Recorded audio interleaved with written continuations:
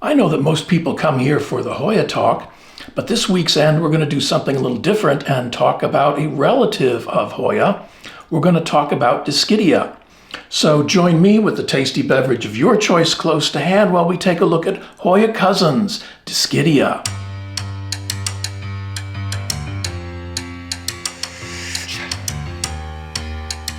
And a thank you to everybody who replied to last week's question about what plant would you recommend to a Hoya newbie. That was really interesting because you all came up with suggestions that I hadn't thought of, and a lot of them were really, really good. There was Bella, which I think is a good choice. Sunrise, which I hadn't thought of but is a good choice. Multiflora, also a good choice, but the top three came down to Linearis, which did surprise me. Next was, and it was really, really close here, Pubicalyx, which is again a good choice because it's available and it's pretty hardy. But the most popular by far was Hoya Matilde. So thanks, that was really cool, and you made me think of some things that are good ideas, but that I hadn't thought of. So as usual, the kids are all lined up over here just waiting for you.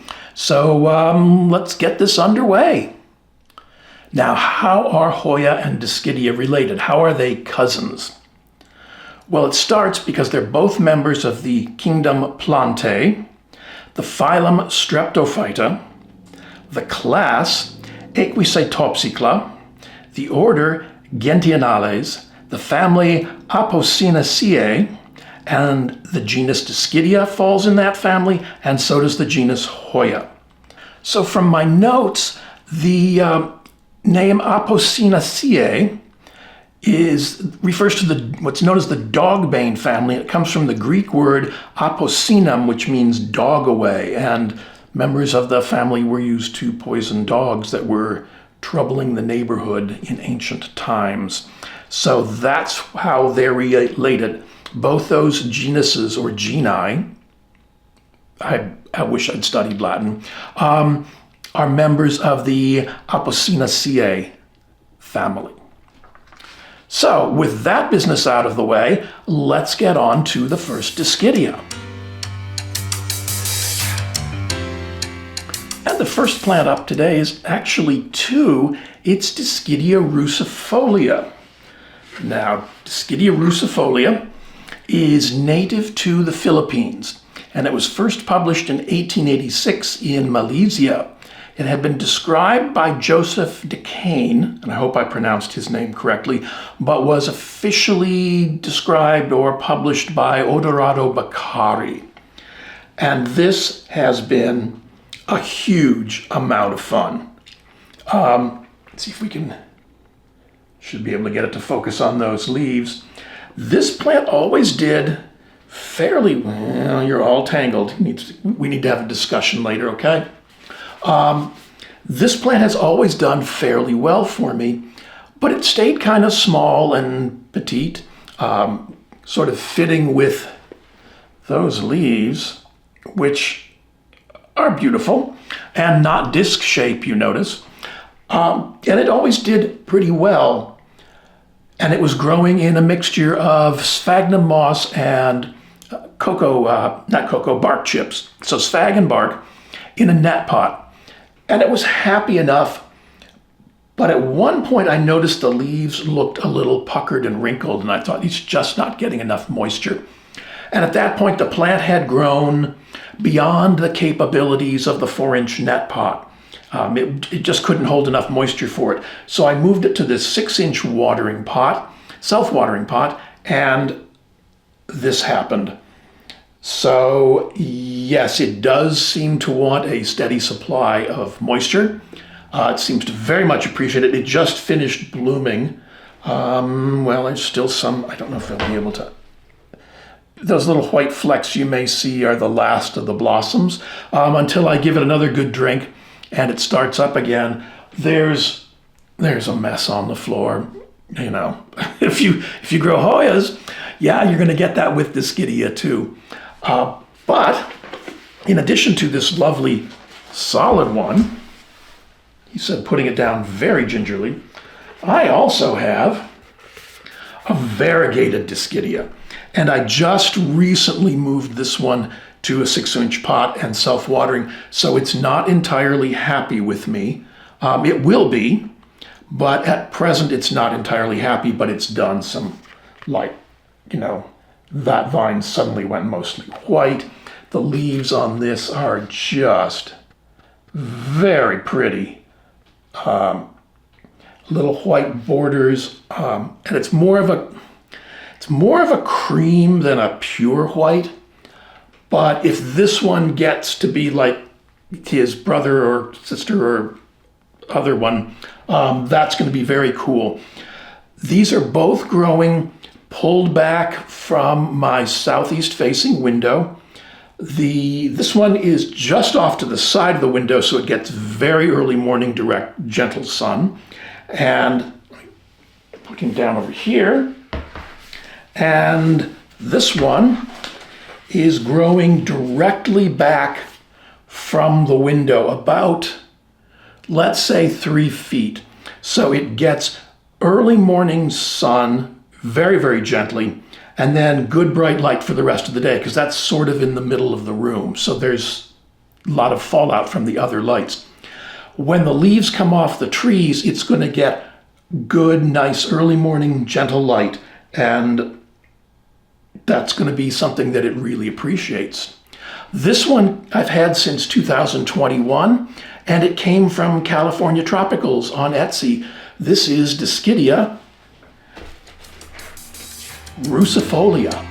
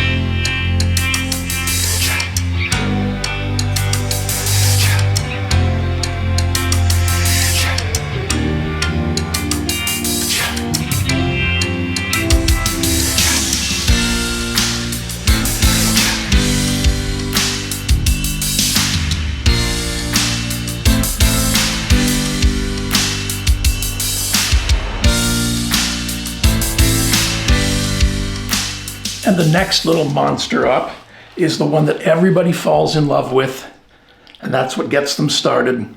This is Dischidia ovata.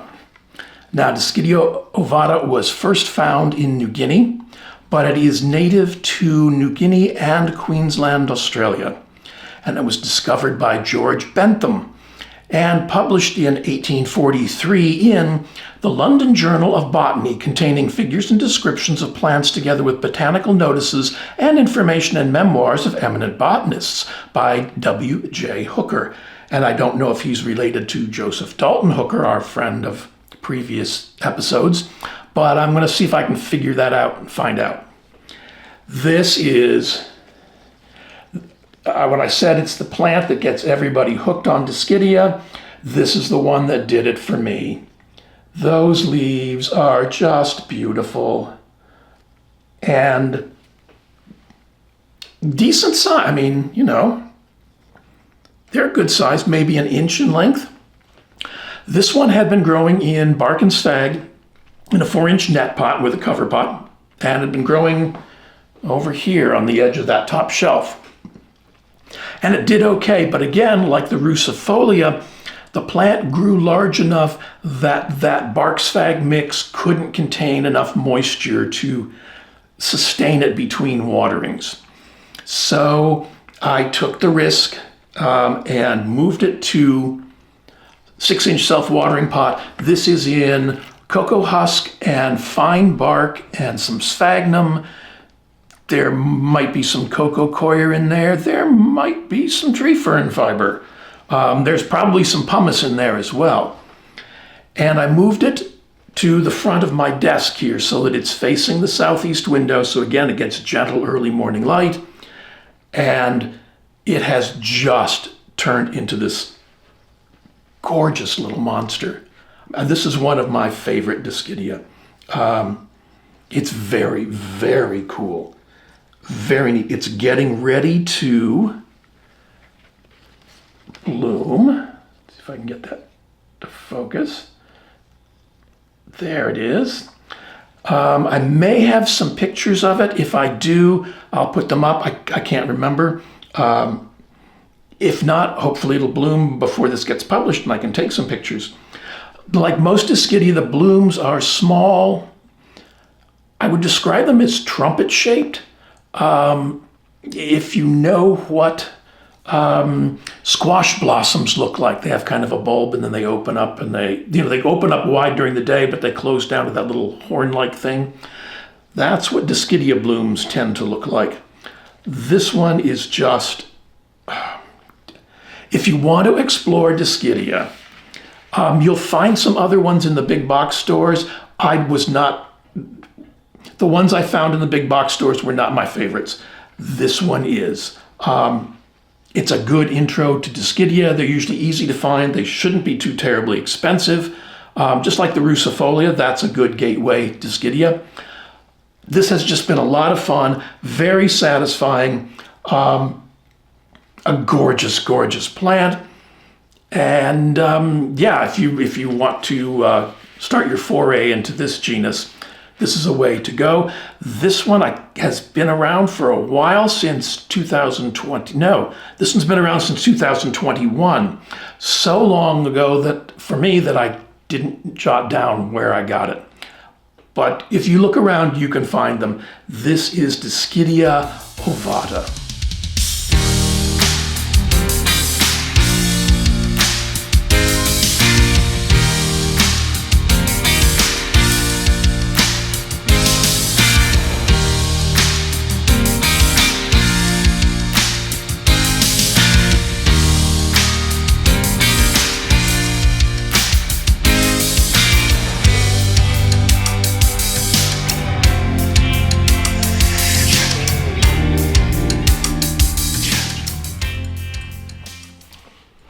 Now the next one up really doesn't fit that little disc description. This is Dischidia acutifolia. Now, from what I was able to figure out, there's a note on the herbarium sheet that says Malacca, so that may have been where it was discovered, but it is now known to be native to Assam, Borneo, Java, Laos, Malaya, Maluku, Myanmar, New Guinea, the Philippines, Sulawesi, Sumatra, Thailand, and Vietnam, and was published in 1883 in the Flora of British India. It had been mentioned by Alexander Carroll Maingay, but was officially published by our friend Joseph Dalton Hooker. I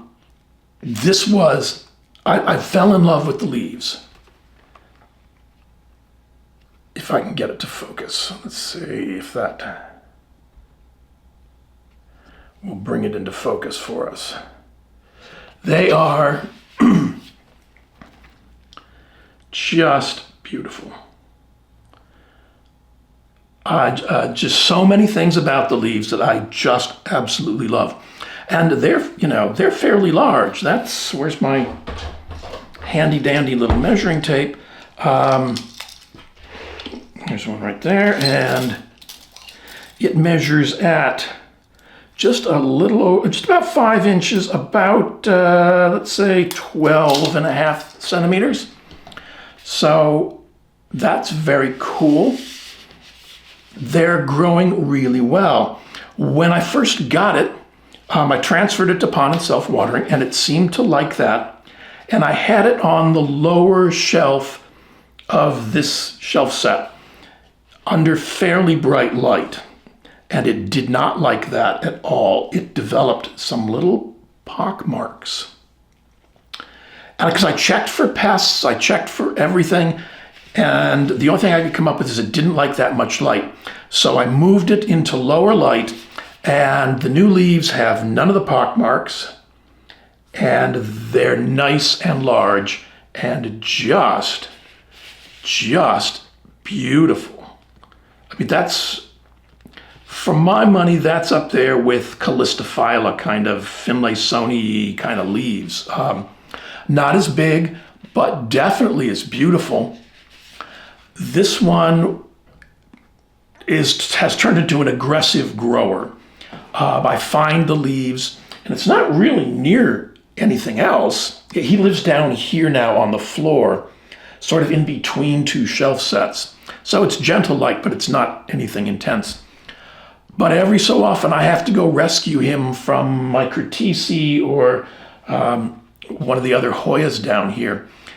And, you know, I'm okay with that. Occasionally we get a little pouting yellow vine that's not happy about having been dislodged from its home. But what are you going to do? I say it about all of them, I know. This is one of my favorite Dischidias. Just because it doesn't look like what my picture of a Dischidia was. I'm thinking of ruscifolia and ovata and some of the other tiny leaf Hoyas or tiny leaf Dischidias. This is not that. This is really pretty. It has bloomed for me a couple of times. Typical Dischidias. Are there any left on here?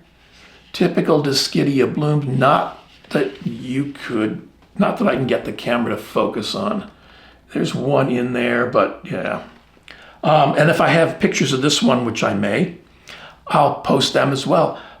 This has been fun. It grows really well for me. Seems to prefer lower light.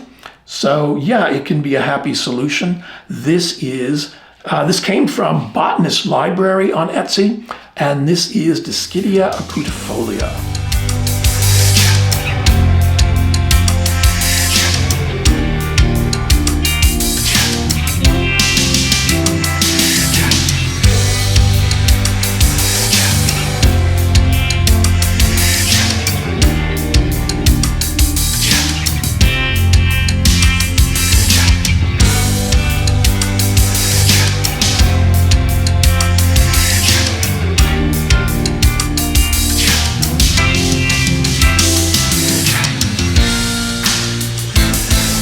And my next little buddy is a fairly recent addition to the collection. This is Dischidia hirsuta. Now, Dischidia hirsuta was discovered in Burma and Malaya. That's the notes on the herbarium sheet. So maybe somewhere in that whole peninsula. But it's been found to be native to the Bismarck Archipelago, Borneo, Cambodia, Java, Laos, Malaya, Myanmar, New Guinea, Philippines, the Solomon Islands, Sulawesi, Sumatra, Thailand, Vanuatu, and Vietnam, and was first published in Prodomus Systematis Naturales Regni Vegetabilis, which is the prodrome of the natural system of the vegetable kingdom, by Joseph Duquesne. And again, I hope I'm pronouncing his name correctly. From the Latin, hirsuta, which means shaggy. And if you look at this closely, you might be able to tell that it's a furry Dischidia. This one, as I said, is a recent addition. And again, that would mean a recent transfer to pond and self-watering. And after it's settled in, there's new growth here and new leaves. There's new growth here. It's very cool. It's very cute. The leaves are not as big as a fingernail. Even the larger, more established leaves, I don't want to mangle anything, are not terribly large. Again, not quite as big as one of my fingernails. This has been doing really well. It seems happy where it is. It's growing just off to the side of this shelf back here. Actually, it lives, where is it? Down here behind this plant. So it gets some nice fallout light. It seems to like that. It bounced back from its travels really, really well. I was very pleased. There is a new vine which is putting out leaves regularly, so with luck, this is going to be some of the other Dischidia you've seen. Well, it's never going to be like the one you just saw, the acutifolia, but you know, if it's like if it turns into something like the ruscifolia or the ovata, I'm going to be very happy with that. And I'll keep you posted on this one. This one arrived in August of this year, and it's done. So August, September, October, so 2 months, and we've got a new vine here, and a growth point here, and a growth point here. Yeah, that's okay. This one came from the Plants Are Life shop on Etsy, and this is Dischidia hirsuta.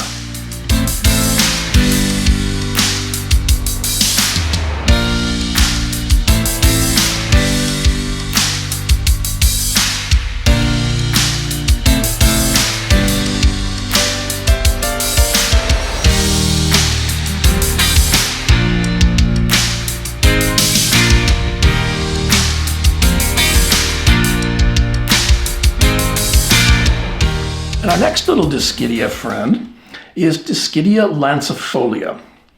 And again, it was the leaves that, drew me to this one. Dischidia lancifolia was discovered on Catanduanes Island in the Philippines. It is native to the Philippines. And it was published in 1918 in the Philippine Journal of Science by Elmer Drew Merrill. And the leaves are just beautiful. Let's see if I gotta cover me. There we go. It's just a very pretty leaf with that central rib, and the contrast that's very, very neat. That big original leaf down there is just, yeah. And I should have some before pictures that I'll post over here, since this is a recent addition. This has done very well for me. I think it came with 1 or 2 of these original leaves, and this vining is all new. It has settled in. I had it rooting over here on my little rooting shelves under 24 watts of light, let's say 12 to 18 inches away. And once it settled in, it just started growing. So I'm taking a cue from my lancifolia, and he's growing down here as well. So it's in gentle fallout light where I keep some of the thin-leafed Hoyas and where the acutifolia is. This is really pretty. It hasn't bloomed for me yet. It's only been here since September. So it literally just over a month, but this is all new growth in that month. So yeah, I'm glad I gave it one of my optimistic trellises. This is very pretty. Yeah. I get as excited about Dischidia as I do about Hoya. There's a couple Dischidia I don't like. I won't mention them by name. I had awful experiences with them. Again, it was probably operator error, but I wasn't that thrilled with them, with one in particular. Wasn't that thrilled with it to begin with it, so when it died, it was like, yeah, okay, I let it go. I didn't fight for it. This has been really cool. Very excited about this. This one came from Planting with Wine on Etsy, and this is Dischidia lancifolia.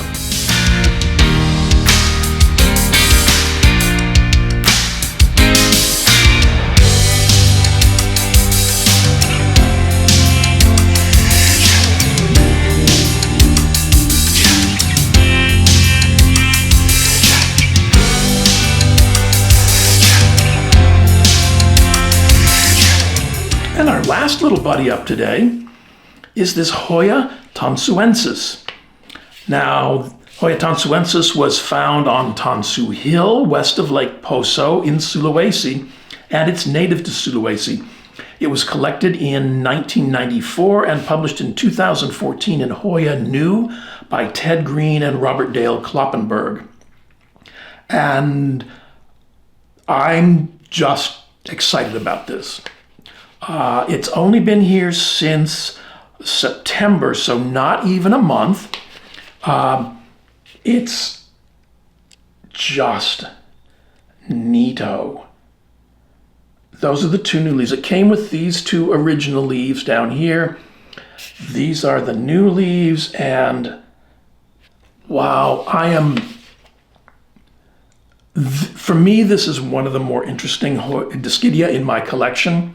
That leaf shape is cool. It's very different. It is sort of disc-like, though I doubt this is what they had in mind. And it's been doing really well. Again, it made the transfer to pon and self. Oh, Lord. There's roots coming out. There's roots coming out the side. There's roots coming out the bottom. And that's a month. So, yeah, I'm very excited about that. I hadn't lifted up the pot to really check it. I can tell the water level. So this is very cool. I'm very excited about this. This one also came from Planting with Wine on Etsy. And this one has sparked me to start looking for more Dischidia, except the one who shall not be named. And there's also a shingling Dischidia, and I'm not interested in that. I've tried a couple shingling plants, and if you don't have the right setup, like something for it to climb and lay flat against, then they look nasty and they're disappointing, and been there, done that, wiped it up with the t-shirt and not going to go back again. So yeah, don't want no more shingling plants. They're very cool and everything. If you've got the setup for it, more power to you, but I don't have the space they require, and yeah, I'm not going to do it again. Anyway, on happy note, this is Hoya. This is Dischidia tonsuensis.